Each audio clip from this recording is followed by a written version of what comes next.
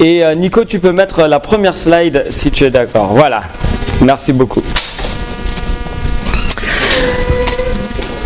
Si vous êtes parent de jeunes enfants pour qui ça devient difficile, je vais essayer de rendre la prédication quand même un peu interactive, mais si ça devient difficile, vous savez que quand vous sortez dans l'entrée, vous pouvez aller dans la salle à gauche, et il y a des jouets pour les occuper, mais les enfants restent sous la responsabilité de leurs parents. Voilà. Mais sinon, je vous laisse gérer ça. Alors, je vous ai dit, la prédication porte sur une église. C'est quoi une église ? C'est aujourd'hui le 25 août. Dans une semaine, c'est le 1er septembre. Et qui dit 1er septembre dit tout de suite la rentrée.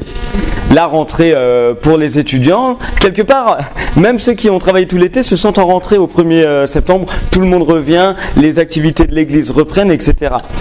Et j'avais à cœur, et Dieu m'a mis à cœur aussi de faire cette prédication en vue de la rentrée. En vue de la rentrée, que nous, on puisse se rappeler, se demander, mais au fond, c'est quoi une église ? Quelle est notre particularité ? Alors, on pourrait être triste quand on entre à l'église du CEP, ceux qui sont venus pour la première fois aujourd'hui, peut-être vous avez fait cette douloureuse expérience de l'entrée dans une église évangélique, même si on a fait de superbes travaux avec un sol super, une superbe façade, quand même, c'est pas une église classique, c'est pas une église imposante, avec haute de plafond et majestueuse. On n'a pas ça. Je vous propose aujourd'hui de rentrer dans la journée porte ouverte d'une église. Admettons qu'aujourd'hui, ce sont les journées portes ouvertes de l'église du CEP. Une personne lambda, elle rentre dans l'église, qu'est-ce qu'elle voit ? Quand on pense à l'église, eh bien, on pense un petit peu à ça. Elle est belle, notre belle cathédrale du Mans. Quand on va dans la rue, c'est quoi une église pour vous ? Il y en a qui pensent cathédrale du Mans. Il y en a d'autres qui pensent mariage. J'ai été rechercher une belle photo de deux jeunes mariés le 28 août 2021. Bientôt 3 ans de mariage pour ces deux tourtereaux-là. Et puis on pense, merci. Et puis on pense aussi baptême, donc mariage, baptême, et aussi des éléments parfois moins sympas, enterrement. Et parfois aussi certains pensent à des événements historiques négatifs, type les croisades, l'Inquisition. Voilà, ça c'est ce à quoi on peut penser en tout cas, lorsqu'on entend le mot église. Mais je vous propose de regarder ce que Jésus dit de l'église. Et Jésus, c'est le premier qui a parlé de l'église. On va regarder dans l'évangile de Matthieu, au chapitre 16, et nous lirons les versets 13 à 16. Évangile de Matthieu, chapitre 16, verset 13, je dis à 16, je me suis trompé, c'est à 20. Verset 13 à 20.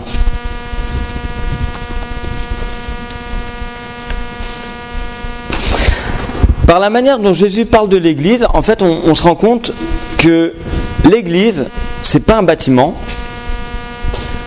C'est pas un bâtiment, c'est avant tout un groupe de personnes dont Jésus est le centre. C'est ça l'église. Lisons ensemble. Matthieu chapitre 16, versets 13 à 20. Jésus arriva dans le territoire de Césarée de Philippe et il demanda à ses disciples : Qui suis-je d'après les hommes ? Moi, le Fils de l'homme. Ils répondirent : Les uns disent que tu es Jean-Baptiste. Les autres, que tu es Élie. Les autres disent que tu es Jérémie ou l'un des prophètes. Et d'après vous, répondit Jésus, qui suis-je ? Simon-Pierre répondit, tu es le Messie. Tu es le Messie, le Fils du Dieu vivant. Jésus reprit la parole et lui dit, tu es heureux Simon, fils de Jonas, car ce n'est pas une pensée humaine qui t'a révélé cela, mais c'est mon Père céleste. Et moi je te dis que tu es Pierre, et que sur cette pierre je construirai mon église. Et les portes du séjour des morts ne l'emporteront pas sur elle. Je te donnerai les clés du royaume des cieux. Et ce que tu lieras sur la terre aura été lié au ciel, et ce que tu délieras sur la terre aura été délié au ciel. Alors il ordonna aux disciples de ne dire à personne qu'il était le Messie. Jusqu'ici, la parole du Seigneur. Donc, Jésus, c'est le seul centre de l'Église. L'Église est centrée sur une personne, Jésus-Christ. Et je vais limiter mes remarques à 3 points. Est-ce que tu peux afficher la slide ? Voilà, 3 points. D'abord, on verra que l'Église, c'est une communauté, c'est pas un bâtiment, une communauté qui, d'abord, 1, connaît Jésus, 2, qui offre de l'espoir, et 3, qui touche toute nation. Donc, prochaine slide, une communauté qui connaît Jésus et qui sait répondre à la question « Qui est-ce » Je ne sais pas si vous avez déjà joué au Qui est-ce, c'est merveilleux. Ça se joue à 2. En fait, vous avez plusieurs photos ou en tout cas icônes quoi, de garçons, de filles. Et le but, c'est de trouver qui est derrière en fait le personnage qu'a l'adversaire. Et donc pour ça, on dit est-ce que il est blond ? Si oui, on enlève tous ceux qui ne sont pas blonds. Est-ce que c'est une femme ? Si oui, on enlève tous les hommes, etc. Et c'est un petit peu ça, ce à quoi joue Jésus. Qui est-ce ? Qui suis-je ? Qui suis-je pour les hommes ? Qui suis-je ? Et donc, Jésus invite son Église, sa communauté, à savoir répondre à cette question. Qui est-ce ? Une petite précision dans les termes, le terme communauté, il peut être connoté, mais je l'entends au sens, comme d'ailleurs dans le Nouveau Testament, au sens d'assemblée. Le terme communauté, c'est pas un terme qui est séculier. On parle vraiment d'assemblée comme on parlerait. Donc c'est un terme séculier, pas religieux, dans le Nouveau Testament. Et donc il faut vraiment entendre communauté, le fait que c'est un groupement de personnes. L'Église, c'est avant tout un groupement de personnes, mais qui a cette particularité de connaître Christ. Et je vous le disais, dans le Nouveau Testament, jamais le terme Église, ecclésia, ne désigne un bâtiment. C'est bizarre en fait de dire on va à l'Église. On se réunit en Église, c'est surtout ça. Et on se réunirait tout autant à l'Église si on se réunissait sur la plaine. On serait à l'Église. L'Église, c'est ensemble. Maintenant que j'ai dit ça, Jésus veut enseigner à ses disciples, qui sont souvent lents à comprendre. Là, on est déjà au chapitre 16, et à plusieurs reprises, on a vu que les disciples étaient lents à comprendre. Là, Jésus, il est dans une posture d'enseignant, et il pose cette énigme, ce jeu. Qui est-il ?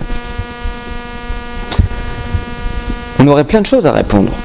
On a remarqué que Jésus faisait des remarques incroyables, remarquables, mémorables. On pourrait aussi dire que Jésus était un leader qui critiquait l'hypocrisie religieuse. On pourrait dire aussi que Jésus manifestait une sagesse hors du commun. Et tout ça en fait faisait que les gens se demandaient mais qui il était vraiment. Alors, il y en a qui pensent que c'est Élie. C'est notamment le cas du roi Hérode qui a décapité Élie et qui pense qu'il est revenu en Jésus pour le hanter. Il y en a qui pensent que c'est un prophète, Jérémie. Et c'est une bonne question que Jésus pose en fait et qu'il nous pose à nous Églises, mais aussi qu'il pose à toute l'humanité. Qui est-il ? Si on vous demande aujourd'hui, dans la rue, avec vos proches, qui est Jésus, souvent qu'est-ce qu'ils répondent ? Là c'est une vraie question. Vous avez le droit de réponse. À la question qui est Jésus, qu'est-ce que les gens répondent souvent ? Alors oui, les chrétiens disent le sauveur, mais les autres ? Un prophète pour certains, dans le monde musulman Jésus est un prophète par exemple. Quoi d'autre ? Un personnage historique, philosophe, grand penseur, qui a initié une certaine révolution intellectuelle et culturelle. Oui ? Autre chose ? Oui ? Un mythe, tout à fait. Jésus est mythique, mythologique quelque part, tout à fait. Je vous propose de regarder dans la prochaine slide ce que certaines personnes ont dit de Jésus. Est-ce que vous les reconnaissez ? Oui. Certains oui, certains non, certains ça dépend de votre âge. Je commence avec Michel Onfray qui est tout en bas à droite. Michel Onfray qui a été, aujourd'hui c'est un peu moins clair, mais qui a été un célèbre défenseur de l'athéisme, a affirmé dans un de ses livres, Jésus est donc un personnage conceptuel. Toute sa réalité réside dans cette définition. Il est conceptuel. Certes, il a existé, mais non de manière historique, nous dit Michel Onfray. Ils ne croient même pas à l'historicité de Jésus. Sinon, de manière tellement improbable qu'existence ou pas, en fait, peu importe. Il existe, écoutez bien, c'est particulier, il existe comme une cristallisation des aspirations prophétiques. En fait, finalement, on prend l'ensemble du peuple juif qui attendait un Messie, on cristallise toutes leurs pensées et ça crée un faux personnage, une fausse pensée qu'on appelle Jésus, si vous voulez. Donc toutes les cristallisations des aspirations prophétiques de son époque, et il va encore plus loin, du merveilleux propre aux auteurs antiques. Le merveilleux propre, donc de l'imaginaire, si vous voulez, propre aux auteurs antiques. Ceci selon le registre performatif qui crée en nommant. Jésus est créé parce qu'on a nommé cette cristallisation Jésus. Les évangélistes, après coup, écrivent l'histoire de cette cristallisation de ce Jésus. Et avec cette histoire, ils narrent moins le passé d'un homme, c'est-à-dire les évangiles ne parlent pas tellement du passé, de l'histoire d'un homme imaginaire, que du futur d'une religion. Ça, c'est Michel Onfray, grand penseur, au demeurant, avec beaucoup d'impact. Deuxième personne, Richard Dawkins, est-ce que vous le retrouvez sur les images ? Donc c'est à droite pour... Ah non, c'est à gauche, tout à gauche. Tout à gauche, Richard Dawkins, qui a écrit un livre « Pour en finir avec Dieu ». Au moins c'est clair. Et dans ce livre, « Pour en finir avec Dieu », il n'a pas réussi mais quand même, il dit de la Bible que c'est rempli d'informations mythiques et non historiques, profondément remaniées dans le temps. Les évangiles ne doivent vraiment pas convaincre le chrétien de faire confiance le moins du monde à ses propos. Dawkins donc dit, les évangiles ne sont pas crédibles. Il faut rien croire, rien de rien. Heureusement, certains penseurs sont plus positifs. Notamment Léon Tolstoï. Est-ce que vous le reconnaissez ? Oui, à droite, tout en haut à droite. Léon Tolstoï affirme, celui qui comprend l'enseignement de Jésus-Christ ressent la même chose qu'un oiseau qui ne savait pas jusqu'alors qu'il avait des ailes. Et puis soudain, il comprend qu'il peut voler, il comprend qu'il peut être libre et qu'il ne doit plus avoir peur de rien. Léon Tolstoï a dit ça. Une autre personne, Charles Duke, est-ce que vous le reconnaissez ? C'est le conducteur de la Jeep lunaire lors de la mission Apollo 16, donc vous le reconnaissez maintenant au milieu en haut. Il affirme, et c'est très beau ce qu'il a dit, « Marcher sur la Lune fut pour moi une expérience extraordinaire. Mais marcher avec Jésus-Christ, Fils de Dieu, dit-il, voilà ce qui remplit vraiment ma vie, maintenant et pour l'éternité. » Amen. Ah, merci Dieu là. C'est très beau. Et je termine avec Carl Lewis, qui est donc au centre en bas. Vous le reconnaissez peut-être pas parce qu'il a pris un peu d'âge, mais c'était le premier sprinter à faire descendre le record du 100 mètres sous la barre des 10 secondes. Et lui, il affirmait, personne n'est parfait. Lorsque vous voudrez combler le vide de votre cœur et que vous vous rendrez compte que seul Jésus-Christ peut le faire, alors le désir dévorant de l'accueillir en tant que Seigneur et Sauveur, donc qui est Jésus pour vous, Seigneur et Sauveur, se réalisera. Et il poursuit. J'ai gagné des médailles d'or. Elles sont là dans ma chambre. Mais aujourd'hui, elles ne sont plus que du métal pour moi. Jésus, lui, n'a pas changé. Donc, qui est Jésus ? À l'époque, comme aujourd'hui, les gens étaient confus. Est-ce qu'il était Élie, revenu du ciel ? Certains pensaient ça. Vous savez, dans le livre, dans l'Ancien Testament, il y a Élie qui est emporté au ciel. Il n'a pas connu la mort physique. Et il y en a qui pensent que c'est Élie qui est revenu, quoi. Un petit peu comme le Père Noël redescend chaque année. C'est un peu... Voilà, bref. Il y en a qui pensaient que c'était Hérode, un grand penseur, etc. Et en fait, au fond, tout ça, Jésus s'en fiche un peu. C'est un peu cash de le dire comme ça, mais Jésus s'en fiche un peu parce que il est dans une posture d'enseignement. Et ce qui l'intéresse, c'est pas tant ce que la foule pense de lui, mais ce que ses disciples pensent. Et il pose cette question, vous, d'après vous, qui suis-je ? Et cette question-là, elle est d'une importance capitale pour toute personne qui désire mettre sa confiance, sa foi dans le Seigneur Jésus. C'est une question que chacun doit aborder. Et c'est une démarche personnel qui se traduit par le baptême d'adulte. Ou en tout cas le baptême d'une personne capable de prendre ses propres décisions. Lorsqu'on baptise quelqu'un, c'est une fête d'église, c'est super. Mais on oublie peut-être que le baptême symbolise que cette personne a répondu à la question « Qui est Jésus pour moi individuellement ?» Et personne d'autre ne pouvait répondre pour cette personne. Qui est Jésus pour vous ? Pierre répond une des phrases les plus magnifiques de toute la Bible. Tu es le Messie, le Fils du Dieu vivant. Alors, on va essayer de comprendre ce que Pierre entend par là. Le Messie, c'est en gros le mec qui devait venir accomplir plus de 300 prophéties de l'Ancien Testament. Le Messie était attendu, quoi. Il y avait des prophéties qui restaient en suspens et on attendait que quelqu'un vienne les accomplir. Et ce Messie, c'est la personne attendue. Blaise Pascal affirme ceci. Vous connaissez Blaise Pascal ? Quel homme ! Les plus grandes preuves de Jésus-Christ sont les prophéties. Aussi, Dieu a suscité des prophètes pendant 1600 ans. Voilà quelle a été la préparation à la naissance de Jésus-Christ. Donc le Messie, c'est la personne qui venait accomplir les prophéties. Mais plus encore, c'est pas tout. Ça va plus loin. Parce que Pierre ne dit pas simplement tu es le Messie. Il continue en disant tu es le Fils de Dieu. Dans l'hébraïsme, dans la culture hébreu, Fils de Dieu, en fait, c'est à comprendre aussi comme Dieu le Fils. Là, Pierre remarque en Jésus Dieu lui-même. Dieu qui a vu la misère humaine et qui est venu en la personne du Fils éternel et glorieux. Jésus est le Messie, il est annoncé, mais c'est réducteur simplement.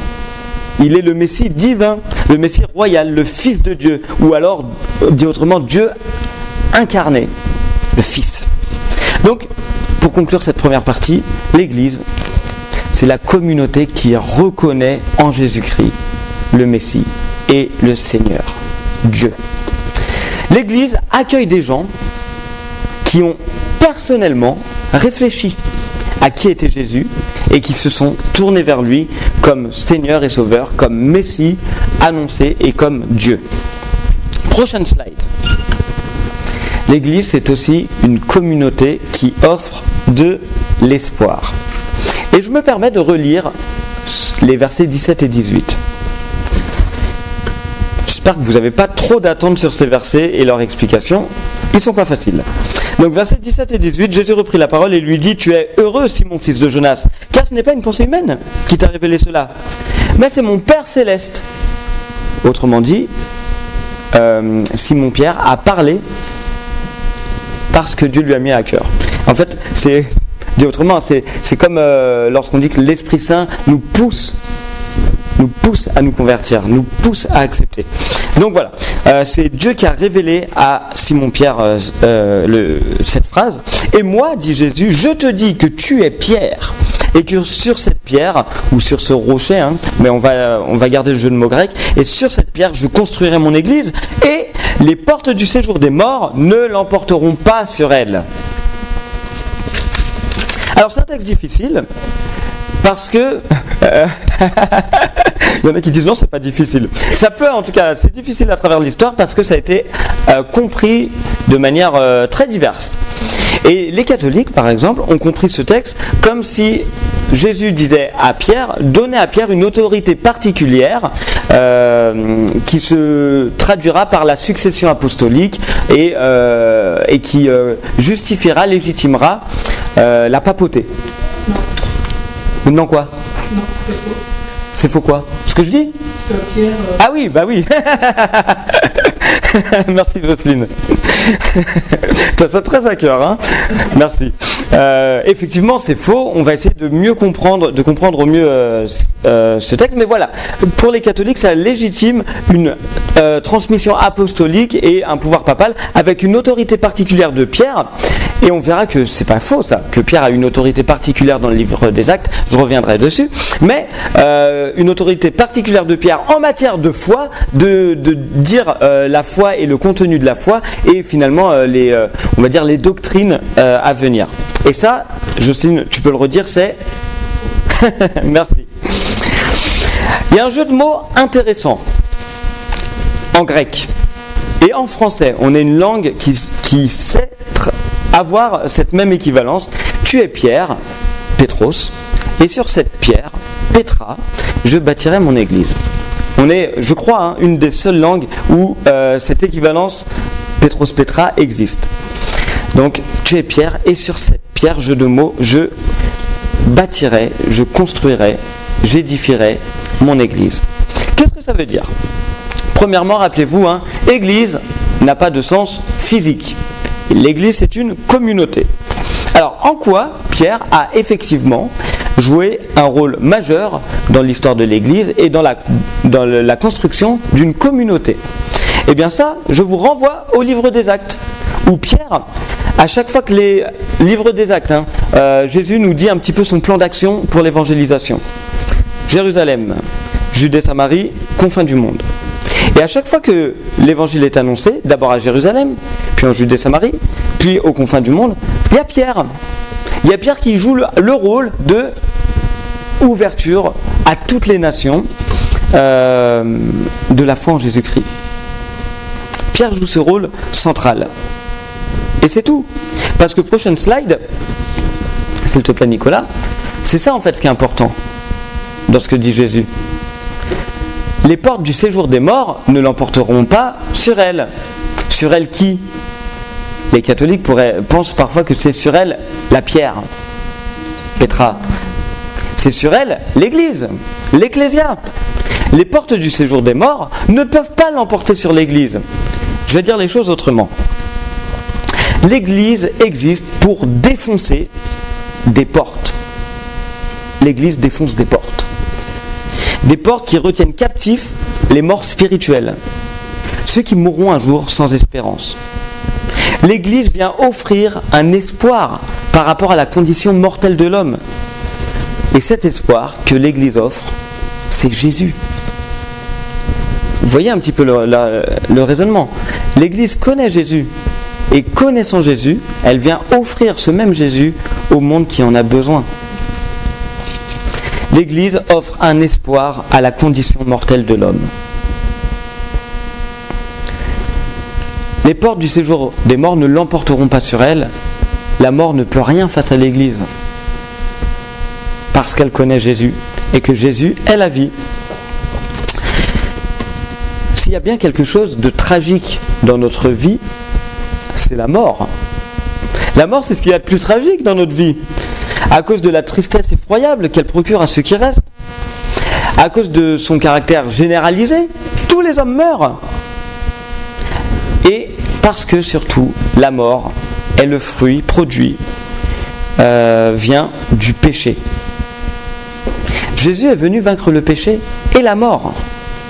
Et l'Église est cet héros, pas au sens je ne suis pas un héros, mais au sens annonciateur, cet héros qui vient dire Jésus nous libère de la mort. Jésus défonce des portes, les portes de notre cœur, les portes de notre cœur insatisfait de notre condition. Est-ce qu'on peut mettre la prochaine slide ? Vous connaissez ça ? Le penseur de Rodin.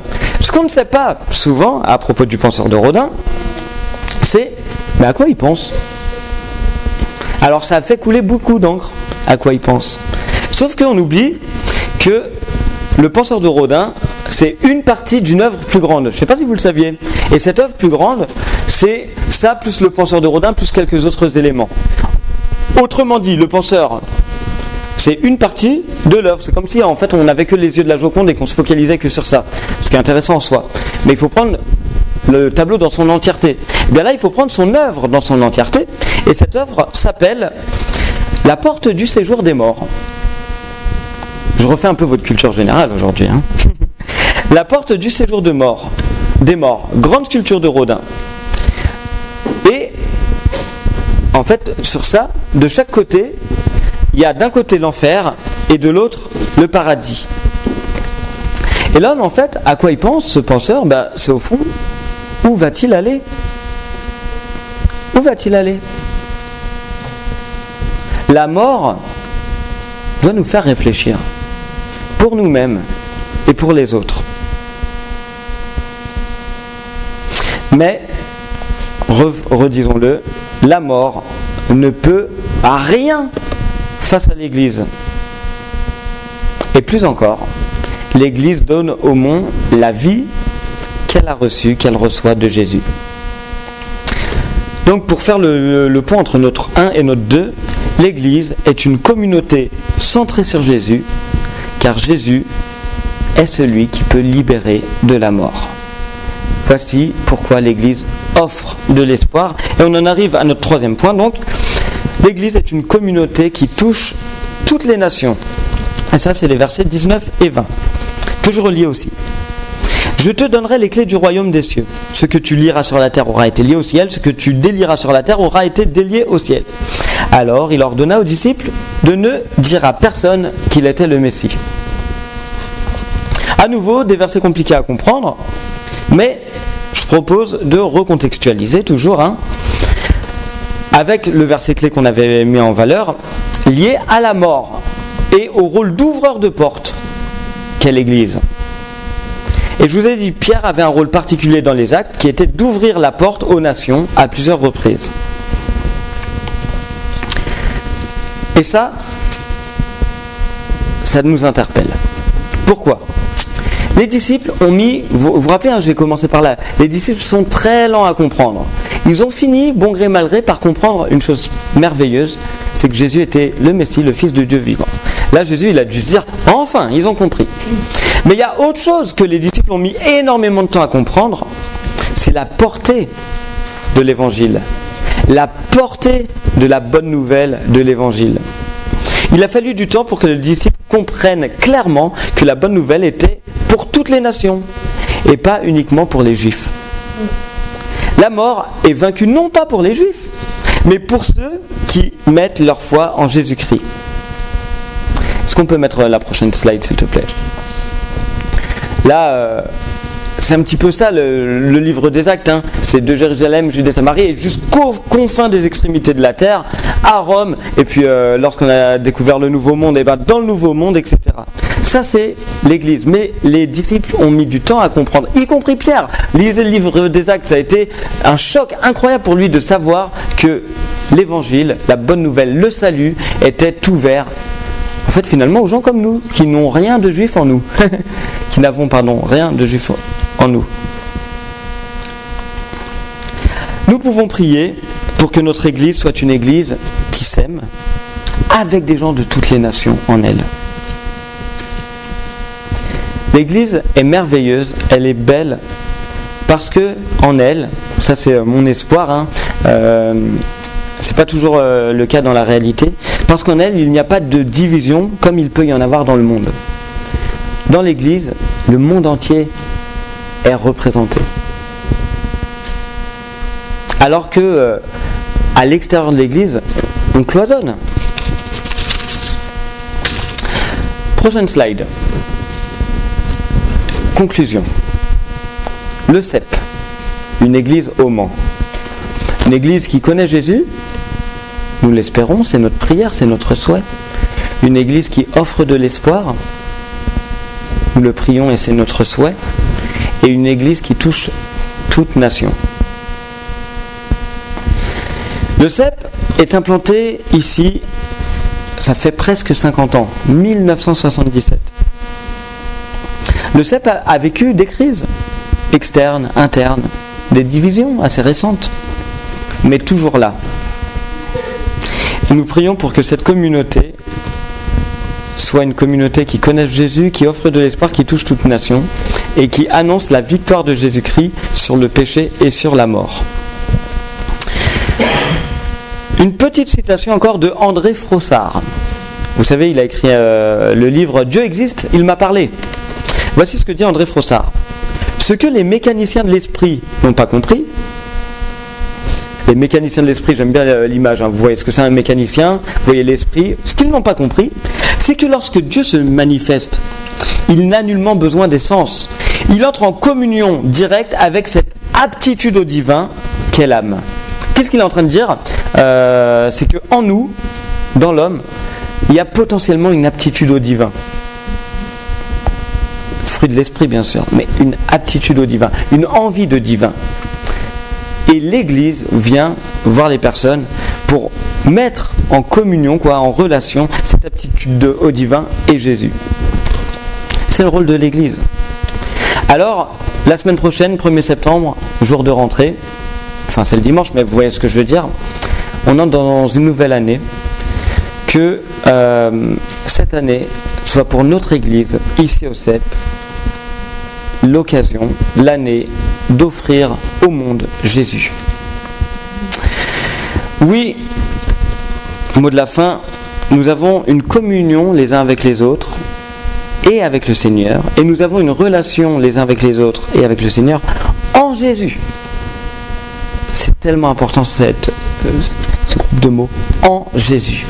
Il est le centre de l'Église, il est le centre de la vie des chrétiens, alors que nous puissions nous réjouir en lui, avec tous ceux qui rejoignent notre communauté.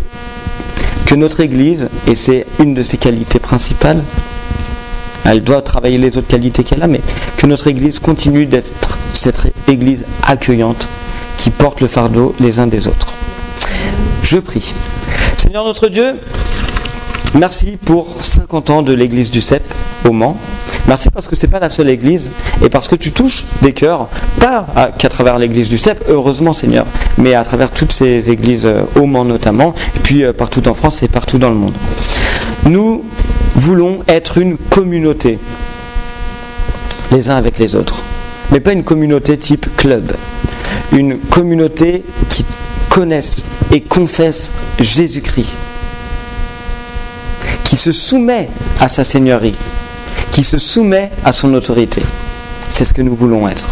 Mais nous voulons aussi être une communauté qui est ouverte sur le monde pour offrir l'espoir. Jésus a vaincu la mort. Jésus a vaincu le péché. Et nous voulons être cette communauté qui annonce que Jésus a vaincu la mort et le péché, pas seulement aux gens qui nous ressemblent, mais à toute nation, à toute tribu, à tout peuple, à toute personne que nous sommes susceptibles de rencontrer.